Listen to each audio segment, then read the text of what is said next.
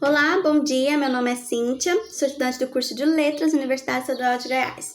Hoje eu vim falar para vocês sobre um artigo, a influência da escola pública no século XVIII e o lugar da população negra.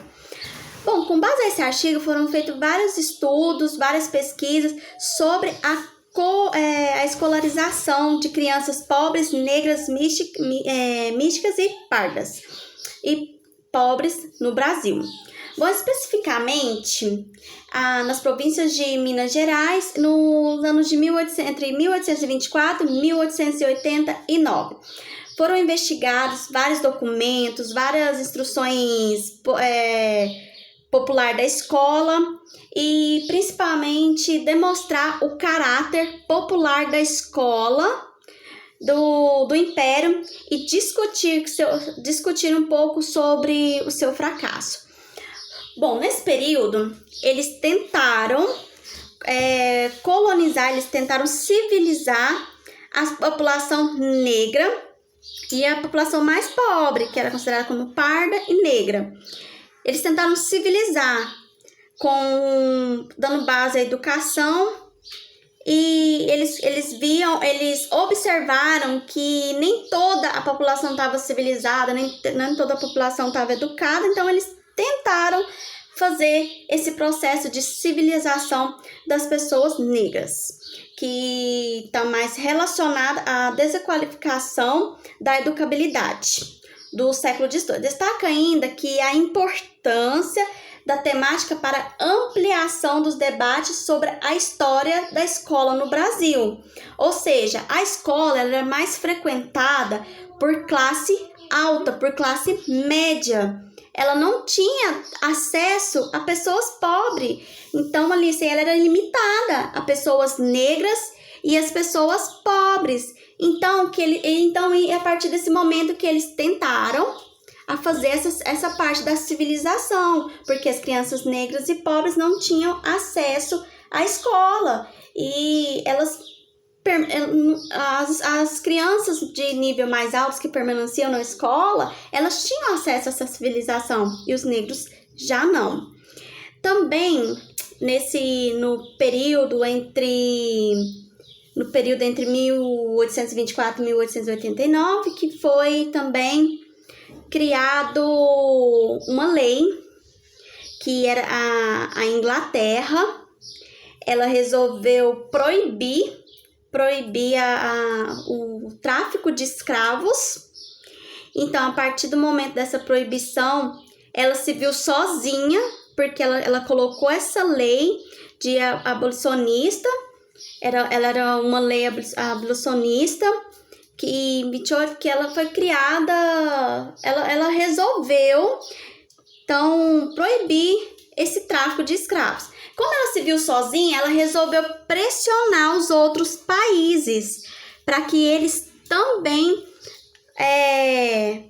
abolissem essa lei, que eles também proibissem. Então, assim, ela conseguiu pressionar os outros países e também o Brasil. Então, ela declarou que o tráfico negreiro era ilegal. Então, por tanta pressão que ela teve nos outros países, na época, Dom João VI, que era o príncipe do Brasil, ele foi tão pressionado pela Inglaterra, que foi criado a Lei do Ventre Livre. O que vem ser essa Lei do Ventre Livre? Então, foi uma maneira que ele encontrou, porque quando ele aderiu à lei da Inglaterra de proibir o tráfico negreiro, ele resolveu, então, impor essa lei no país. Mas em 1850, eles não cumpriram a lei. Então, grandes senhores, donos de escravos, eles resolveram continuar o tráfico como se a lei não existisse. Ela não foi totalmente obedecida. Então, ele reforçou a lei. Só que ele reforçou de uma maneira mais gradual, criando a Lei do Ventre Livre. O que é essa maneira mais gradual? É uma maneira mais singela, é uma maneira mais, assim, como se diz, de impor aos senhores uma libertação de escravos, mas de uma maneira mais simples, de uma maneira que não afetasse tanto esses senhores. Então foi a lei do ventre livre, também conhecida como a lei do Rio Branco. Ela foi uma lei abolicionista, como eu falei, promulgada em 28 de setembro de 1871 e assinada pela princesa Isabel. Então, como a Inglaterra já tinha declarado, ela conseguiu pressionar e foi criada essa lei aqui no Brasil. Então, a lei ela fazia parte do artigo 1, que dizia assim: os filhos de mulheres escravas que nasceram no Império, no período desde a data da lei, eram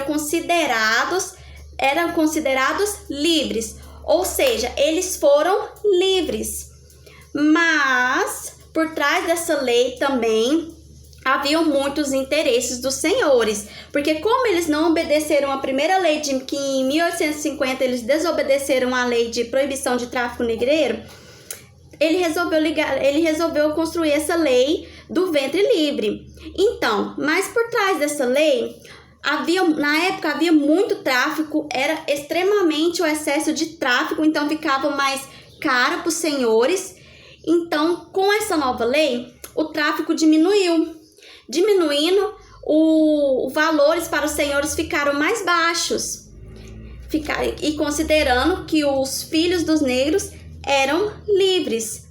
Mas aí, não era tão livre assim como dizia que na lei, porque os senhores, eles tinham opção dessas crianças até os 8 anos de idade ficarem sob a proteção deles e eles receberem recurso do Estado, ou então eles usarem a mão de obra deles sem a utilização de tráfico negreiro, usarem a mão de obra deles para estar obtendo serviços.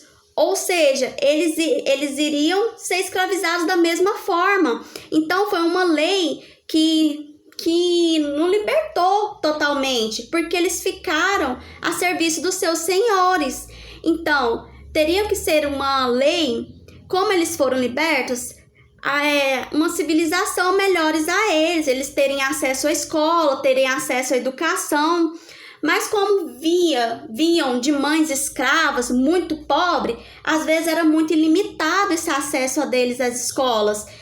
Como eles não tinham acesso à educação, não tinha como sobreviverem, então eles ficaram ainda a serviço dos seus senhores até os 8 anos. Depois dos 8 anos, eles tinham a opção de continuar trabalhando pelos seus senhores até os 21 anos. Então, eles não foram totalmente libertos perante a essa lei. E é isso que eu vim mostrar para vocês. Muito obrigada. Até a próxima.